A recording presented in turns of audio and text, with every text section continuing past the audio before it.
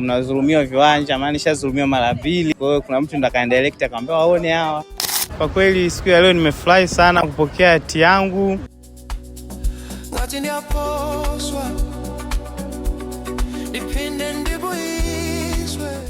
Lapex Properties leo tumewaleta tena wateja wetu kuchukua hati zao hapa wizarani. Tumsikilize mteja ana lipi la kutuambia. Kwa kweli siku ya leo nimefurahi sana kupokea hati yangu.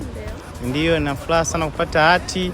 Pia nimepata shida sana kwa maana ya sehemu zingine, sehemu ambayo inakuwa haina uhakika, mnazulumiwa viwanja, maana nishazulumiwa mara 2. Kwa hiyo kuna mtu ndo akaendelea akamwambia waone hawa.